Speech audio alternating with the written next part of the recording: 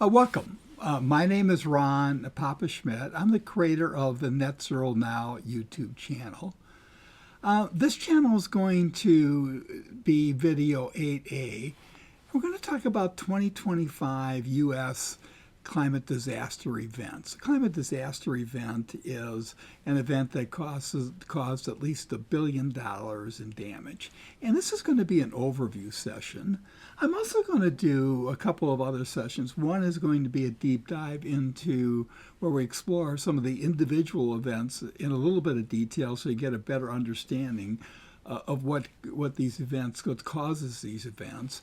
And then the other thing, I'm going to do another video after that where I'm just going to talk a little bit about how we measure the cost of these events, and talk a little bit about the recovery process and how we need to think about these major climate events from a human life and dollar perspective.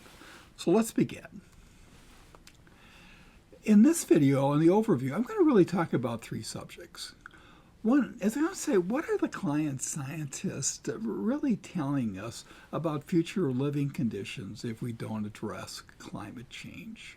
And that's really going to be a real quick summary of video 3, which was entitled Why Now, and why we need to get the net zero greenhouse gases now or as fast as humanly possible. And then the second thing I'm going to do is I'm going to do an overview of the 2025 U.S. climate disaster events and how they relate to prior years, and are they sort of consistent? So what we saw happen in 2025, does it reflect what we should have expected based on what the climate scientists have been telling us? And then lastly, I'm going to do quickly just sort of explore how climate change is impacting U.S. climate disaster events. So let's begin. First of all, I want to start with what the climate scientists are telling us. If you look at this illustration here, we sort of have the Titanic and the iceberg. And what we really know is the climate scientists are telling us that the future is coming. Here's what our future is. All of the evidence that exists suggests this is what's going to occur. That doesn't mean what our politicians are telling us. It doesn't mean what podcasts or other kinds of things are telling us. It's just sort of the reality that climate scientists are trying to tell you exists. And really their message can be broken down simply in this table here. And the first line talks about 1.5 degrees Celsius. That's from pre-industrial levels, okay? Or the total temperature in Fahrenheit, which most of us in America can relate to, which would be 59.2 degrees Fahrenheit. We reached that in 2024. And the climate scientists said when we reached that, we would see significant environmental, economic, and social impacts. And so as we look at 2025, we're going to say, okay, we had these events. Is that consistent with that prediction? But the other thing they're saying is that when we hit 2 degrees Celsius, or about 10 years from now, the world will see catastrophic and likely irreversible damage. I mean, that's a frightening statement. And why do they say that? It mostly relates to tipping points. And if you take a look at the second column from the right in the table there, you'll see the percentage of tipping points. And by the time we hit 2 degrees, basically 89% of Earth's climate subsystems will either have hit their tipping range or be entering their tipping range or may already be in the process of actively tipping. That's why they say it may be irreversible, because these are very massive related kinds of systems, okay? And then the next thing they say, at 3 degrees, which would be maybe 25 years from now, if we keep going the way we are, we'll reach a nightmare scenario. Now, that's really important. I mean, I'm old. I probably won't be alive then. But I've got, 2 grandchildren right now, a year and a half and 2.5 years old. They'll be 26, 27 when we hit that point in time. Is that really the kind of conditions we want to let them try to live in when they're trying to just start their adult life. And the other thing it's saying, in another, maybe in another 20 or 25 years after that, the world and this planet Earth will be unrecognizable to human beings. That's what they're saying. That is the reality. And you know, one of the wonderful things we have right now is we have artificial intelligence that's come out, right? So ChatGPT, there's all kinds of engines out there. Check out what I say in here, or other portions of these videos. You can do it quickly now. I'm not saying you should solely rely on what they say, but that'll give you a sense, or at least a good starting point. So basically, that's what the client scientists are saying. So now let's take a look at 2025. What were the major disasters in 2025? Does it sort of fit the pattern of what we would have expected from our client scientists and their predictions? And so I'm going to cover that next. And by the way, I have completed a couple of other videos you might be interested in. One is, I've already talked about the why, but video 4C, it's really it's an overview basically of the structure and operations of Earth's climate systems.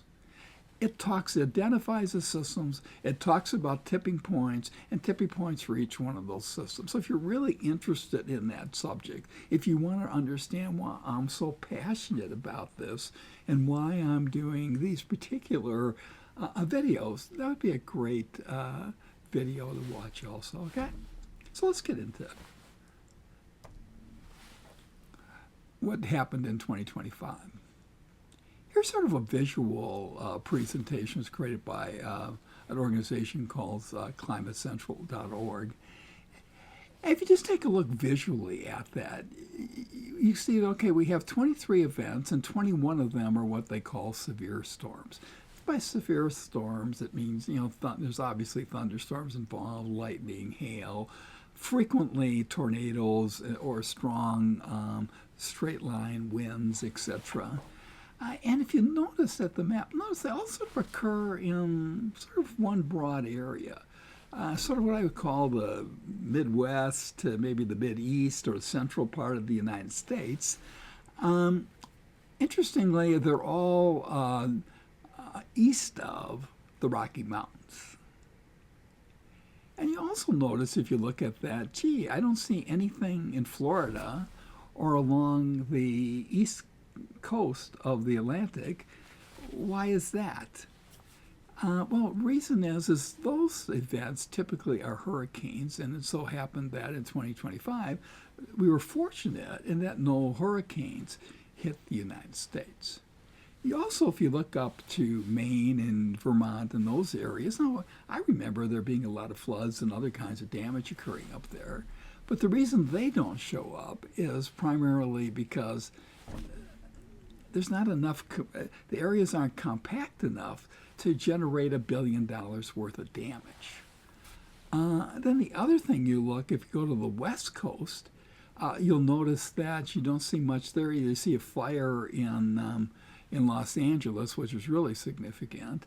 But there were a lot of other events that occurred up there in terms of forest fires and other kinds of things. But they get most of their real severe weather comes in the form of atmospheric rivers, and they didn't have any in 2025 that hit the $1 billion mark. They had a number of them that caused substantial damage. They just didn't hit the $1 billion mark. And then in some other parts here where you see it's fairly sparse, a lot of that has to do with the fact the populations that areas aren't that dense. There's a lot of national forests there and other things, and so they don't hit the $1 billion mark, okay? So let's begin on the next slide. So how does this compare? So here's what's happened in terms of U.S. dollar disasters. And that's the upper left-hand corner. If you take a look at that, you can see it has a pretty steep climb upward, almost at an accelerating rate. It's going like most of these graphs we talk about here. It goes from the lower left to the upper right. But you will notice that 2025, in terms of dollar damage, wasn't as high as 24 or 23. Now, if you take over to look at the graph on the right, you'll see here's the $1 billion severe storms. And you'll notice that graph, it's pretty consistent in terms of it follows almost the same lower left, upper right kind of category. And you can see that the dollar amounts in 2025 were really higher than they have been in the past. So what's the difference? Well, it really goes to that table I created to help explain this. So we had severe storms that caused $1 billion in damage. We had 19 in 2023, 17 in 2024, and 21 in 2025. But we didn't have any hurricanes that hit the United States in 2020. We had major hurricanes. If you remember, in Jamaica, they had Hurricane Melissa caused about $10 billion in damage, but it didn't hit the United States, so it wasn't counted here. And we had 2 major hurricanes in 2023. And when the hurricanes hit the Gulf and they come up, depending on their path, they can cause substantial damage. And that's what accounts for the difference between the 2 graphs up above. The other thing you'll notice here is that in terms of floods, we didn't have any floods that caused $1 billion worth of damage in 2025, whereas we had 1 in 24 and 4 in 23. We had a lot of floods in 2025, okay? In fact, we had the Texas Hill Country flood, but it cost less than $1 billion of damage, so it wasn't recognized here, okay? And then we had wildfires. So that's sort of what's going on here. Now, next, I've prepared this graph, which shows the table that shows every one of the disasters. The first page here includes the first half of 2025, and you can see the disasters 1 through 18 were all sort of severe storms, okay? And if you just glance at it quickly, what I did here is listed the month that it occurred. I listed, these are done in month order. And then I did it in terms of this description, what it was, the cost and the deaths. For example, just look at line 3. We had what they call a Central Tornado Outbreak. It cost $11 billion in damages, killed 43 people. And then at the primary cause, it was because they had 180 tornadoes, strong straight line winds that fueled forest fires and dust storms, etc., and flooding and severe things. In other cases, we had massive hail, look at number 11. It caused $6 billion, 29 deaths. In that case, there were a lot of hails and strong straight line winds also. So I covered each one. So I'll cover this in the separate presentation I'm doing when we do a deep dive into 2025 events. And then on page 2, we show the second half, and we had 3 severe weather events that occurred also in the second half of the year. We did have some notable severe weather events that didn't make the chart. One was the Texas Hill Country floods, which I talked about. Cost was under $1 billion, but it killed 138 people. The other one was really a hurricane. And we had Hurricane Melissa, which cost over $10 billion in damage and 98 deaths, but it didn't hit the United States. Item number 22, which is wildfires. So we had one major wildfire that met this criteria. That was the Los Angeles Wildfires, and it caused $61.2 billion in damage and basically 31 direct deaths and 440 related kinds of deaths. And then we had some other notable wildfires. And then number 23 at the bottom was we had a drought all year in the western U.S., and that caused $3.1 billion worth of damage and basically resulted in 89 deaths. And again, I'll cover that in more detail if you're interested in that when we do a deep dive into 2025 disasters. Okay, so that sort of wraps up the overview of 2025 disasters. And so now what I want to do is I want to explore how climate change is impacting U.S. climate disaster events. But before we do that, I guess I forgot to do one thing. So let me just cover that real here quickly. I said we would talk about, well, how does that relate to what the climate scientists projected? And if you remember back at the first slide I showed you here, we said that in 2024, once we got to 1.5, we'd see significant environmental, economic, and costs. Clearly, what happened in 2025 represents that. And that's the kind of straight line impact you would see where it almost looks like it every year these things are getting more severe and more severe and more severe and costly and doing more and more damages. And that's exactly what the climate scientists said was going to happen. So now let's go into how climate is impacting these events. So I thought I would start here.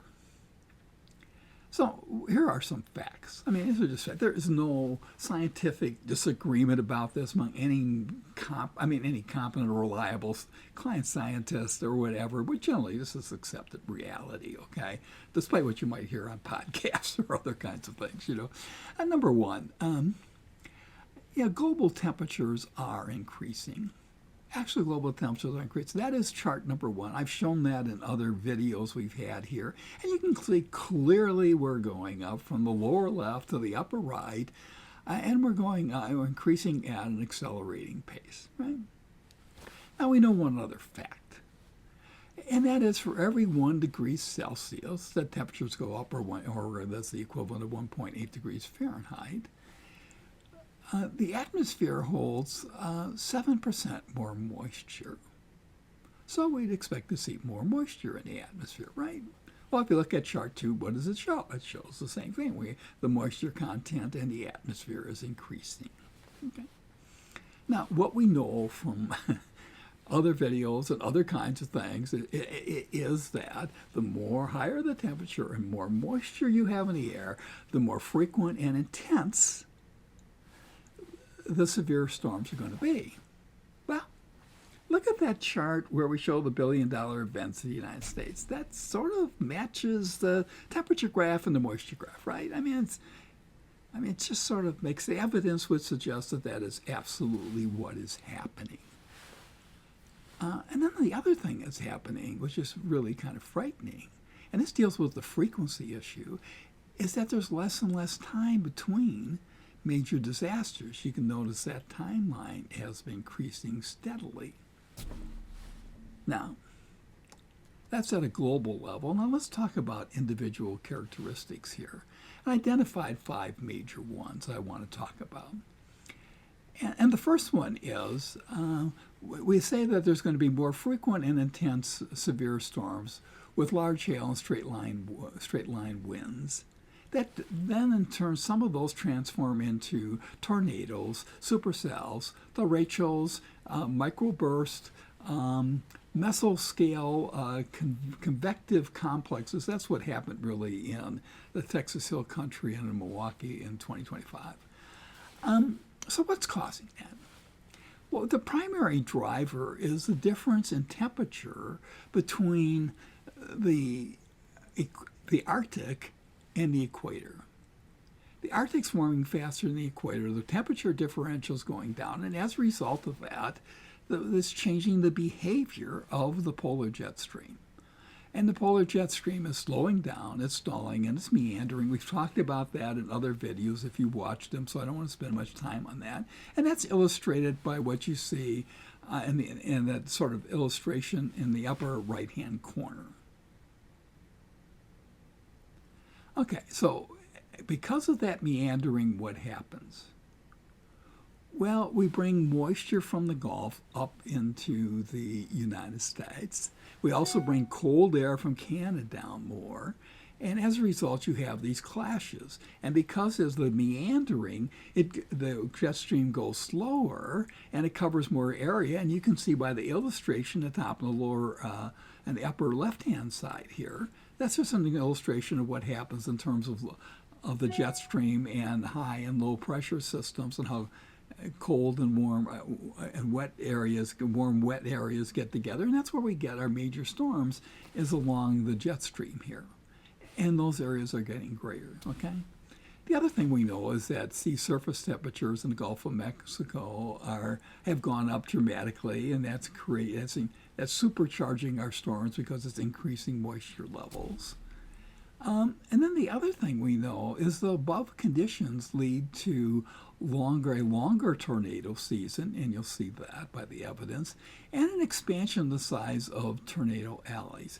And that's sort of illustrated, it's a little bit small there, in the map of the United States on the left, and you can see where we have the Rocky Mountains, the warm air coming in, the jet stream, etc. And I covered that in great detail in video 11, and that's entitled Thunderstorms, Tornadoes, and Cyclones. And then we'll explain in more detail how that all works. And the other thing I didn't mention is that for jet streams, I'm also doing a video 12A called Jet Stream Roulette. We'll explain how jet streams sort of operate. Second of all, we talked about more intense drought. This is interesting. Originally, I thought drought, I thought it just meant less rainfall, but that's really not. That is an issue, but it's not really the issue that really impacts what's going on. If you take a look at the vapor drought, the major factor is really vapor pressure deficit. And what that means is that warmer air acts as a sponge. It pulls moisture out of plants and soil at a rate that exceeds the rainfall gains from previous winters. And that extreme moisture really accounts for sort of 61% basically of the impact of the severe drought. Number two, warmer than average winter temperatures lead to more rain. And when you have rain in the mountains, you say, well, what difference does it make if it's rain or snow? Well, if it's rain, it melts fast. It melts the snow faster. As the snow melts faster, it comes down the mountain much quicker, causing flooding and other kinds of things. And a lot of it overflows the rivers and cause rivers to overflow and other things. And it sort of doesn't allow us to adequately replenish our rivers and other water supplies during the spring and summer months. And it also leads to intense spreading. So that's another factor that comes into play. And the other thing that's happening is that the horse latitude, or the area under the Hadley cell, is expanding. And the desert areas sort of exist in these high pressure areas where the horse latitude is. And that sort of deals with parts of the Mexico and the very, very southern part of the United States. That's expanding northward a little bit. And so that's having an impact on drought. And I covered those items in these two videos dealing with atmospheric circulation 10A and 10B if you're interested in exploring that in more detail. And in number 3, we have more frequent and intense wildfires. Now, that's primarily driven by the moisture item we talked about. But another factor is we're having more severe dry thunderstorms and lightning. And sometimes these are starting wildfires a little more frequently than they had in the past. Okay, the next item is something called increased compounding hazards. All that really means, they call the hydroclimate whiplash, okay? All that really means is that what's happening is you get these intense rainstorms now, but the intense rainstorms are occurring on land that has moisture deficit, and as a result, the water doesn't soak into the land as fast, and it causes sort of these flash floodings. And then the other thing we have is hurricanes, winter storms, and floods, which we didn't have in 2025 because there are no billion-dollar ones. And so while higher water and air temperatures are increasing the intensity of hurricanes during 2025, there were no hurricanes that hit the United States. However, in the Atlantic, there were more intense hurricanes. Of the 11 hurricanes we had, 3 of them were Category 5, and one was a Category 3. And that's the one of the Category 5s cost $10 billion worth of damage in Jamaica and areas like that, and 98 deaths. Winter storms, it doesn't mean we didn't have winter storms. It's just that the impact occurred in areas where we didn't have $1 billion damage, and the same thing to with flooding. So let's wrap this up. So what I've really done in this video, we talked about what climate scientists said, and I tried to show you what happens if we don't get serious about getting to net zero greenhouse gases. Second of all, I talked about the 2025 events, major climate disasters. Those are $1 billion or more. and sort of how they related to prior years and how they related to what really the climate scientists are telling us. And in number 3, we explored how climate change is impacting U.S. climate disasters. So let's give you some final thoughts here. So what I think is really important is that you understand, okay, that we have a really serious climate crisis on our hands. That is, it may not affect me all that much because I'm getting up there in age, but if it's going to dramatically affect the quality of life of my grandkids and my kids, and the same thing's probably true in your loved ones, etc. And we have to do something about it. And we have something here that we call, as I look at these videos and what I've done, I sort of focus on systemic issues. Those are the things we need to do from a global kind of perspective. And in order to solve those problems, it's really got to be done, led by government leaders and the United States cooperating with other countries to address these kinds of issues. And in order to do that, we need to get elected representatives at all levels of government that believe that this is a real issue and who have the commitment to do something about it, and have the mindset of working together with other people to solve this problem. It is real. It is happening. So either we're going to address it or we're not. And so what I need you to do is to vote at every level, at every election, at every level of government for people who are committed to climate change. The other thing you can do here is you subscribe to this video, rate it, send me some comments if you want me to do other videos or things you'd like to have me address. Share the link, talk about it with other friends. And by the way, there's a lot of loud people who, and now we have some active major political leader and power centers who are trying to suggest that climate science is, this climate isn't a crisis. Well, it is. The climate scientists say that. Check out, just check all this stuff out on using artificial intelligence and ChatGPT, wherever you want to use. And you'll see that it is, I think, a real issue. But don't be afraid to talk about it, because the people who are against it are, 10, 11% of the population. And the last thing is that I don't want to, individual actions are important, the kind of way we live our daily lives. And I'll eventually do a video to help with that. But there's a lot within your local area. There's all kinds of people that are involved in that, all kinds of groups, etc. Get involved and participate. So before I wrap this up, let me just do one other thing. I've created playlists here too. I want to let you know that the playlists show every video I have within that particular section. I think anybody who's really serious about climate change and understanding what's going on should at least look at the fundamental core videos. And I've identified those I've already done in the playlist, and as I add additional ones, I will expand the playlist. The second thing is that I've created the science playlist. And this video will belong in that along with a number of other videos I've identified here. Some of those I've got rough drafts done, but I haven't yet published the final video. So if you look at the science playlist, you'll see what videos are available, and that'd be a good way if you want. And you also go back and look at it later on if you want to just check up on a particular subject, like, okay, well, what really happens with hurricanes, or how does this work? And so that's another way of doing that. So with that, I just want to say thank you for giving me your time to look at that, and hopefully you'll join us for other videos. Have a great day.